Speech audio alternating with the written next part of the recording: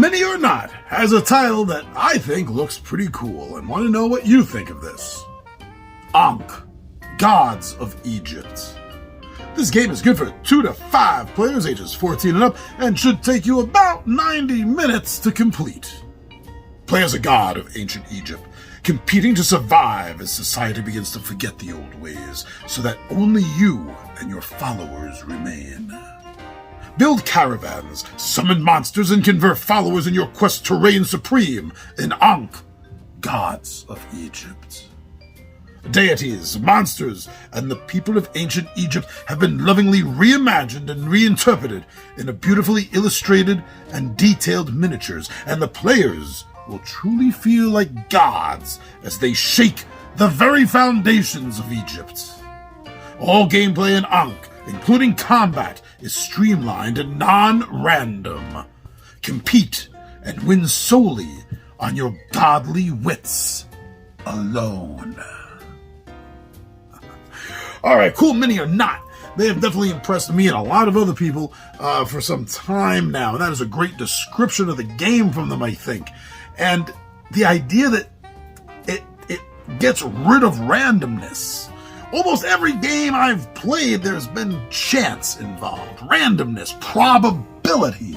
And this is saying that they take that away, leaving nothing in its wake but your wits, your skills, what you can do.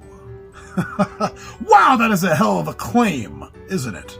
But I haven't heard that they are wrong about this. So that is a damn good sign. Now, come on. This is a game where you are literally playing a god, one of the Egyptian gods, and you are in battle with the others and their followers for dominance. I like that. There is not a lot of games out there. Maybe we need more games out there where you are playing a god in battle for your very existence and the existence of all your followers and worshippers as well. Those are some pretty high stakes. Okay, there was something I read when I was looking deeper into this game, and it really caught my attention. This concept, this idea that at some point in the game, the two lowest players, weakest players, the two tail end players, they're gonna merge. The concept is like how certain gods merged in mythology, like Amun and Ra became Amun-Ra. And that is the concept behind this. And it's going to give a boost to the players. They are then playing cooperatively against everyone else who are still playing the game competitively. And those two players, that they get to combine their power, and it's going to give them a nice big rush, apparently. And it also combines what they're doing for everything else. I've never heard of this concept before in a game. This is like a gestalt of the two measliest players at a certain point in the game. Combining them. Wow. I would never have thought of that concept. Literally, as a board game mechanic, you can consider my mind blown there. All right, cool mini or not, and they do deliver on the components. I can't stop looking at everything I'm seeing for this game. But then again, that's right on track for CMON. This is the kind of stuff they do. That is what they pride themselves on. Well, I mean, they pride themselves on great games, but their components, their miniatures, come on, it's in the name of the company.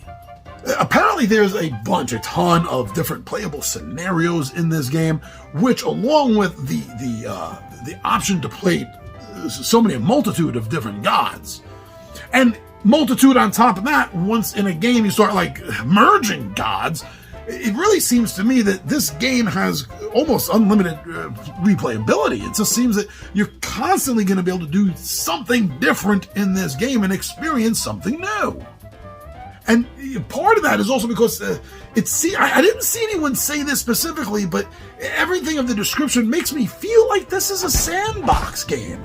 I know not everyone in the board gaming community likes that phrase, likes that term, but it's close to a sandbox effect that a board game can bring you anyway. But that there are so many different multiple ways for you to be able to gain power over the other gods, the other players in the game, that it's making me feel like this is a sandbox style game. And I love sandbox games. Overall, I mean, just visually, thematically, everything just comes together. I mean, there's nothing about this that doesn't pull you in to the idea, the concept of ancient, and at least mythological Egypt. And you know, it's beautiful. It's just simply beautiful to look at this game on a table. So those are the reasons I'm really interested. This is the information that I've gotten that has impressed me about this title. So I hope some of it, or the pictures, or both, have may impressed you a little bit, or mainly gotten you into the idea of finding out more information for yourself, informing yourself. All right, so please go get more information. See what you think about Cool Mini or Not's Ankh, Gods of Egypt.